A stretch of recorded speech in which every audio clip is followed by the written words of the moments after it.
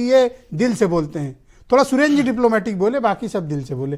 बीरेन जी भी हमारे साथ मौजूद हैं। बीरेन जी स्वागत आपका। ये बीजेपी को उसके सहयोगी आंखें दिखा रहे हैं, इसका क्या कारण है मानते हैं बीरेन जी?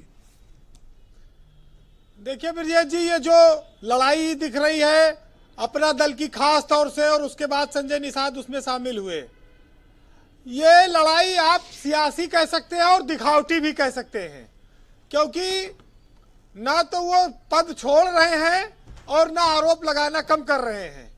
वो कह रहे हैं कि उल्टे कि हमको बर्खास्त कर दें अगर इच्छा हो, मतलब हम नहीं छोड़ेंगे, आपको अगर हमें हटाना हो तो हटा दीजिए।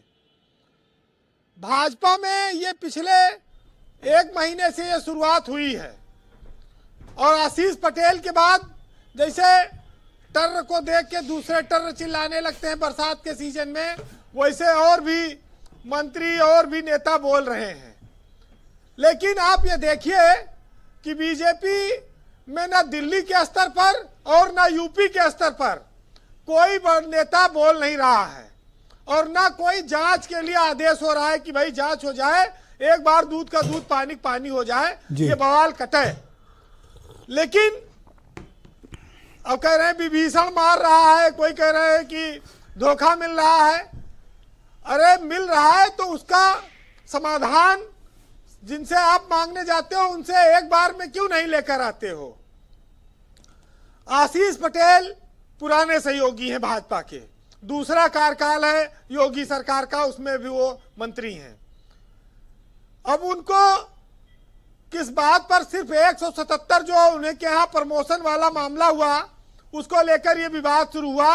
अगर पल्लवी पटेल इतना, अगर उनको भाजपा में 1-2 जगह पूछा ना गया होता तो शायद वो इतना नाराज ना होते। देखिए वैसे जीजा साली के रिश्ते में दुनिया में कहीं इतनी नाराजगी देखी नहीं गई है, इतना झगड़ा नहीं होता है प्रेम छोड़ के। लेकिन सुनील जी भी आज यही बात एग्जैक्टली कह रहे थे, निजी अनुभवों से कुछ कह रहे होंगे। लेकिन सियासत में ये बड़ी अजीब सी स्थिति बना देता है, रिश्तों का महत्व खत्म कर देता है जी। लेकिन सबसे बड़ी बात यह है कि पिछले कुछ दिनों से आशीष पटेल जो आरोप लगा रहे हैं, जिस व्यक्ति पर लगा रहे हैं, सूचना निदेशक पर, शिशिर सिंह का कभी ऐसा इतिहास नहीं रहा है कि वो किसी षड्यंत्र में शामिल होते रहे हों। वो राज्य सेवा से प्रमोटेड अधिकारी हैं और वो निर्विवाद रहे हैं, लेकिन आज तक उन्होंने कोई ऐसा प्रमाण नहीं दिया जिससे कि किसी अफसर की संलिप्तता उनके खिलाफ किसी साजिश में पकड़ी गई हो। तो ये जरूर है कि जो मुख्यमंत्री के आसपास हैं उनका नाम लेकर उनको आरोपित करके कुछ चीजें संदेश देने की कोशिश हो सकती हैं, लेकिन वो तो मुख्यमंत्री से भी मिले हैं, उस पर उन्होंने नहीं बताया कि उनकी सीएम से क्या बात हुई। और ये जो विभीषण तलाश रहे हैं निषाद जी, इनका क्या मामला है? देखिए निषाद की पार्टी तो स्वाभाविक है कि अभी थोड़ी देर पहले बात आई थी कि गोरखपुर के उपचुनाव को लेकर उनकी जब उपयोगिता आई तो उनको लिया गया। निषाद के पास मछली जैसा एक विभाग है, ज्यादा कुछ उसमें करने को है नहीं। बेटे उनका विधायक हो ही गया, लड़का लोकसभा चुनाव हार गया था, बीजेपी ने तो टिकट दिया। अब उनको और क्या चाहिए? वो कहां से उनको विभीषण, वो उनको आजमगढ़ में पुलिस वालों ने धक्का मार दिया, उससे वो नाराज होकर बोलने लगे। वैसे संजय निषाद का कोई बहुत बीजेपी गंभीरता से लेती नहीं है, वो जानती कितना सब कुछ दे रखा है, अब इनको और क्या चाहिए। लेकिन आप एक चीज देखिए कि जितने ये मंत्री हैं, जैसे ये बैठे रोहित अग्रवाल, इनके यहाँ पर विज्ञान प्रौद्योगिकी है, संजय निषाद के पास मत्स्य है, अपना दल के पास तकनीकी शिक्षा है, खाली सबसे ज्यादा मजे में है पीला अंगोछा वाले ओम प्रकाश राजभर, उनका सही है, उनके पास बड़ा विभाग है, अल्पसंख्यक भी है, पंचायती राज भी है, और वो पूरी आनंद ले रहे हैं, चुपचाप है। नहीं, जब से विभाग मिला भाई चुप है, मतलब एकदम राइट टाइम चल रहे हैं। हाँ, अच्छा किया बीजेपी ने देख के उन्हें शांत कर दिया। भाई जब बहुत मुश्किल से कंबल ओढ़ के घी पीने का मौका मिलता है सियासत में, तो अगर मिल रहा है घी तो पी लिया जाए, पता नहीं कब उजाला आगे होगा।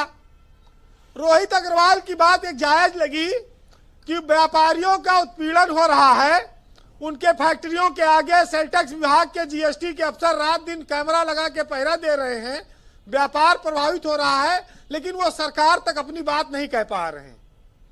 ये बात चर्चा में है, मीडिया में भी है जी, लेकिन सुनवाई इनकी कहीं हो नहीं रही है। तो ये सहयोगी दलों के लिए भाजपा को चाहिए कि एक कोऑर्डिनेशन कमेटी बनाए, जिनके साथ वो बैठकर बात करे, कम से कम उनकी समस्या सुने, वो बात उठाए तो उस पर कुछ हल निकले। लेकिन लगता है कि दिल्ली और लखनऊ दोनों जगह ऐसा कोई विचार अभी तक है नहीं। जी ब्रजेश जी, लोग कहते हैं कि जो कमा नहीं पाता है वो चिल्लाता है सरकार में, ये भी एक आरोप आता है। लेकिन बहुत सारी चीजें अघोषित होती हैं।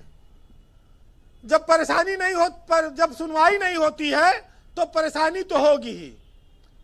और यूपी के परिप्रेक्ष्य में बहुत मुश्किल से मिला है मौका, तीसरा साल है, मार्च में सरकार को 3 साल हो जाएगा। तो जब आपको कुछ मिलेगा ही नहीं तो फिर क्या फायदा इसी सरकार में रह के। वैसे दुनिया हमेशा स्वार्थ से चलती है, भाजपा में लोग भी जानते हैं, लेकिन जी वीरेंद्र जी, धोखा देने का तरीका सबका अलग अलग होता है। कुछ लोग हमदर्दी दिखाते हैं, धोखा देते हैं, कुछ लोग मोहब्बत दिखाते हैं, कुछ लोग साथ रहकर भी धोखा देते हैं। सियासत में भी इस तरह के धोखे बहुत आम हैं। विपक्ष में रह के भी लोगों ने धोखा खाया है और यहां तो मिल ही रहा है। लेकिन मैं तो सारे सहयोगी दलों से कहूंगा कि भाई देखो, ये स्वार्थ की दुनिया है। अगर सोए रहो, नींद में भी हो तो पैर हिलाते रहना, नहीं पता नहीं कब मारा समझ के उठा ले क्रियाक्रम कर दे। ऐसा मत बोलो, ऐसा मत बोलो। तो ये नहीं, ये बहुत सतर्कता से रहने वाला समय है कि अगर आप नींद में भी है तो पैर हिलाते रहो, नहीं पता लगा कि जाड़क मामला कहेंगे कि हृदय घात हो गया। फिलहाल जी, हमारे यहाँ देखिए, वो जो इच्छाएं जब पूरी नहीं होती हैं तो लोग भगवान तक बदल लेते हैं। यहाँ तो सरकारें हैं, राजनीतिक दल है। सुनिएगा कि हकदार बदल दिए जाते हैं, किरदार बदल दिए जाते हैं। ये दुनिया है साहब, यहाँ मन्नतें पूरी ना हो तो रिश्ते तो क्या भगवान तक बदल दिए जाते हैं। बहुत शुक्रिया वीरेंद्र जी, आपका बहुत बहुत धन्यवाद। बड़ी ऊंची बात आपने कही, बहुत शुक्रिया। आपने ऑब्जर्वेशन और